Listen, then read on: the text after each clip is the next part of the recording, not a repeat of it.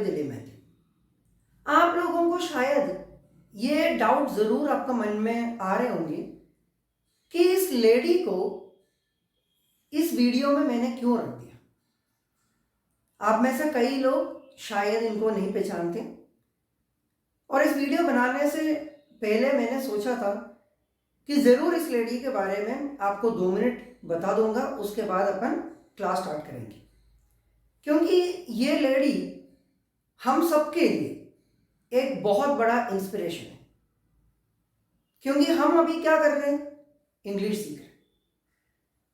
ये जो वीडियो देखने वाले जो लोग हैं, इनमें से कई लोग 30 साल से ऊपर जो अपना पढ़ाई को ख़त्म करके 5-10 साल कंप्लीट करके अपना घर संभालने वाले भी हैं।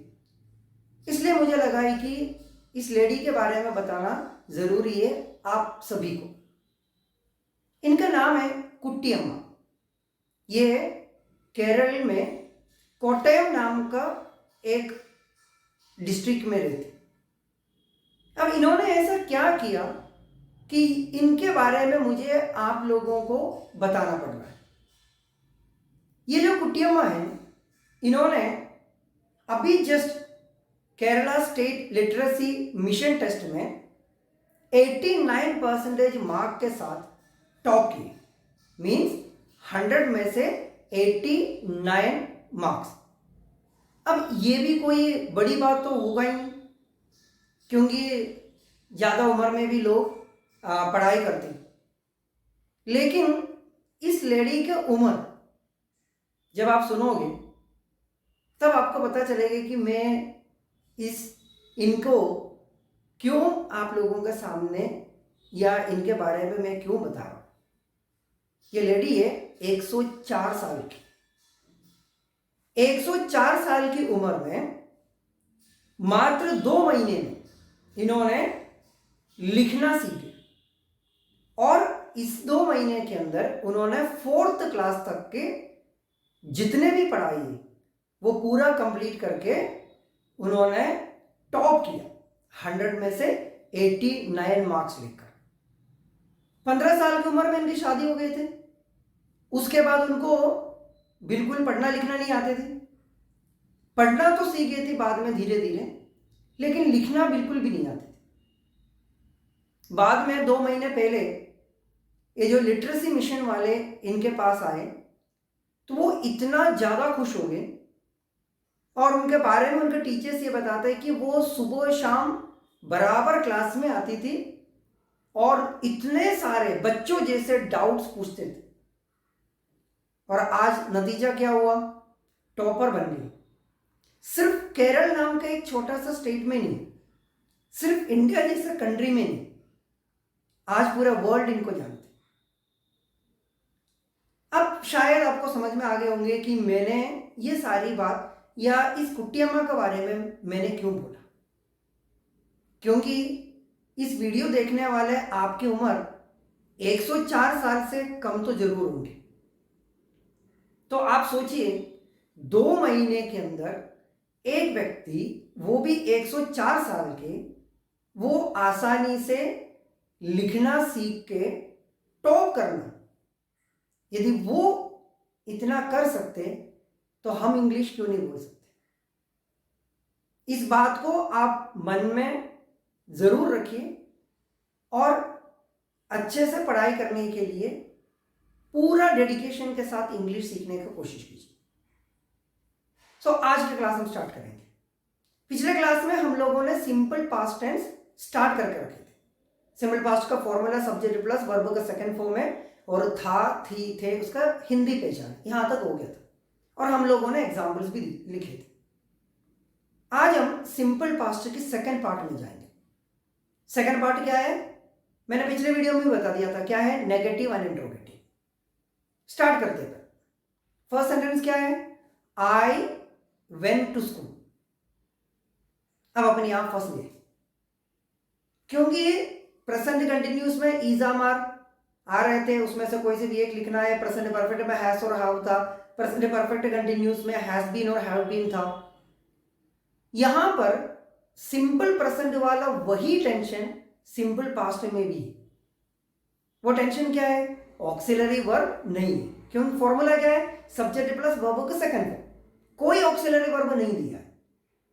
लेकिन ये सिंपल प्रेजेंट जैसा इतना डिफिकल्ट नहीं है, आसानी से आप सीख सकते। सो हम देखेंगे सिंपल पास्ट का नेगेटिव और इंट्रोगेटिव कैसे बनाएंगे। सेंटेंस एक बार और देख लेंगे, आई वेंट टू स्कूल। सो यहां पर वर्ब क्या है? वेंट। अब अपने को सिंपल प्रेजेंट टेंस की सेकंड रूल याद करना। वो रूल क्या था? यदि हमें ऐसा कोई सेंटेंस मिला जिसमें कोई ऑक्सिलरी वर्ब नहीं है, तो हमें क्या करना पड़ता है? वर्ब के अंदर से डू, डज या डिड, इनमें से इन तीनों में से किसी एक को ढूंढ निकालना है। और उस समय हम लोगों ने यह भी बोला था कि हमें डिड के बारे में ज्यादा सोचने की जरूरत तो है ही नहीं, क्योंकि हमने एक सिस्टम भी बनाया था, ये एक फॉर्मूला टाइप के बनाया था, गो प्लस डू। यदि गो के अंदर डू छुपाए तो गो सेम टू सेम आएगा। गो प्लस डस, यदि गो के अंदर डस छुपाए तो गोस आएंगे। और go plus did is equal to went. मतलब गो के अंदर यदि डिड छुपा है तो वो वर्ब के सेकंड फॉर्म में क्या है? कन्वर्ट हो जाएंगे, चेंज हो जाएंगे। अब अपन थोड़ा बहुत तो समझ सकते हैं कि हाँ, ऑक्सिलरी वर्ब मिल गया। क्यों? क्योंकि उस समय मैंने ये बोला था कि डू और डस के बारे में अपने को सोचना है, क्योंकि डिड क्या होता है कि डिड के गो के अंदर यदि डिड छुपा हुआ तो वो सेकंड फॉर्म में चेंज हो जाता है। इसलिए क्या होता है कि सिंपल प्रेजेंट टेंस का फॉर्मूला सब्जेक्ट के बाद वर्ब का फर्स्ट फॉर्म है। सेकंड फॉर्म के बारे में तो अपने को तो उस समय सोचना ही नहीं था, इसलिए हमने ये डिड वाला जो चीज़ है उसको हटा दिए थे और डू और डस पे फोकस किए थे। और वर्ब का first form same to same आ रहे तो वहां पर डू लगेगा, और वर्ब के आगे एस या ई एस लगा हुआ तो उसमें हम लोग डस यूज करेंगे। तो जो चीज हमने सिंपल प्रेजेंट टेंस सीखने के टाइम में जो छोड़ दिया था उसको उठा के अपन सिंपल पास्ट में यूज करेंगे। मतलब सिंपल पास्ट का ऑक्सिलरी वर्ब क्या है? डिड है। अब इसमें मैंने आपको बोला था कि सिंपल प्रेजेंट जैसा डिफिकल्ट नहीं है। क्यों बोला? क्योंकि इसमें एक ही ऑक्सिलरी वर्ब है, वो क्या है? डिड है। चाहे कोई से भी पर्सन हो, चाहे वो फर्स्ट पर्सन हो, सेकंड पर्सन हो, थर्ड पर्सन हो, सिंगुलर हो, प्लूरल, ऑक्सिलरी वर्ब एक ही है, डिड। अब ये एक चीज हमारे लिए आसान हो गया। अब अपन इसका नेगेटिव और इंट्रोगेटिव बनाने की कोशिश करेंगे। I went to school. I went to school का नेगेटिव कैसे बनाएंगे? सबसे पहले अपन आई लिखेंगे और उसके बाद ऑक्सिलरी वर्ब क्या ढूंढ के लाए थे हमने? डिड। तो आई डिड। नेगेटिव बनाना है तो नोट लगाना है, आई डिड नॉट। बाकी वैसे के वैसे लिखेंगे अपन, I did not went to school. Interrogative क्या आएगा? Did I went to school. लेकिन ये गलत है। क्यों गलत है? ये भी आपको शायद अभी तक पता चल गए होंगे। जिन लोगों को नहीं समझ में आया अभी तक उन लोगों के लिए बता देते। ये जो वेंट वर्ड या वेंट जो शब्द है ये बना कैसे? गो प्लस डिड। जब गो के अंदर डिड छुपा है तब क्या बन गया था? वेंट बन गया था। नेगेटिव और इंट्रोगेटिव बनाने के लिए हमने क्या कर दिया? उसमें से डिड को निकाल दिया, बचेगा क्या? गो। सो नेगेटिव और इंट्रोगेटिव सिंपल पास्ट में बनाने के टाइम में क्या आएगा?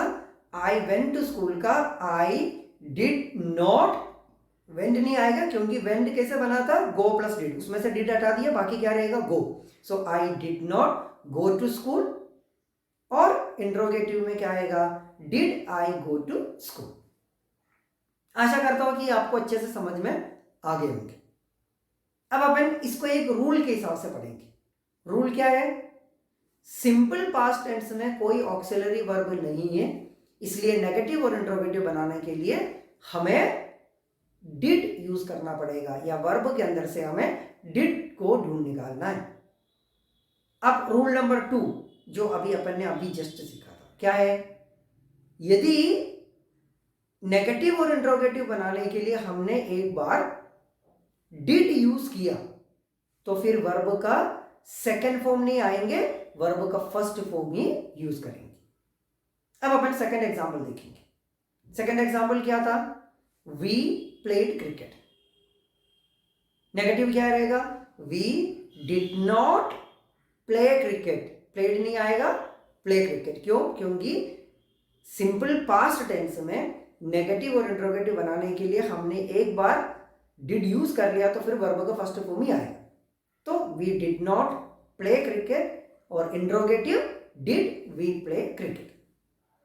एक और देख लेंगे, वो क्या है? You learn English. You did not learn English और डिड यू लर्न इंग्लिश। एक लास्ट वाला और देखेंगे, है ना, क्योंकि थर्ड पर्सन सिंगुलर पे आते आते हम लोग सब अटक जाते हैं, है ना। वो चाहे वो सिंपल प्रेजेंट में हो, प्रेजेंट कंटिन्यूस में, प्रेजेंट परफेक्ट में, क्योंकि सिंपल प्रेजेंट में डस आ रहा था, उसके पहले सब डू आ रहे थे। प्रेजेंट कंटिन्यूस में क्या होता है कि जैसे हमने ही यूज किया था वहां पर ईस आना शुरू कर दिया था, और प्रेजेंट परफेक्ट में हैव के जगह पर फिर हैस आना शुरू किया। तो हम ही वाला भी देखेंगे, कोई चेंज नहीं है, जो आपने पहले किया है बस वही है, लेकिन मैंने सोचा कि चलो ठीक है ही वाला भी मैं करवा के दे दूं। तो क्या है? ही एट एप्पल, क्या आएगा? He did not eat Apple. Interrogative, did he eat Apple. आसान है ना? आशा करता हूं कि आप लोगों को सिंपल पास्ट में नेगेटिव और इंट्रोगेटिव कैसे बनाते ये भी समझ में आ गए होंगे।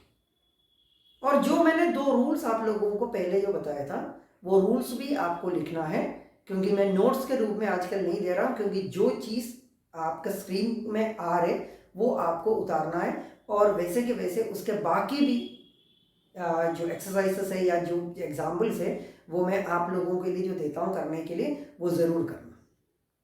मुझे बहुत खुशी भी होता है कि कुछ लोग मेरे को कॉल करके डाउट्स पूछते, कुछ लोग मैसेज के थ्रू पूछते।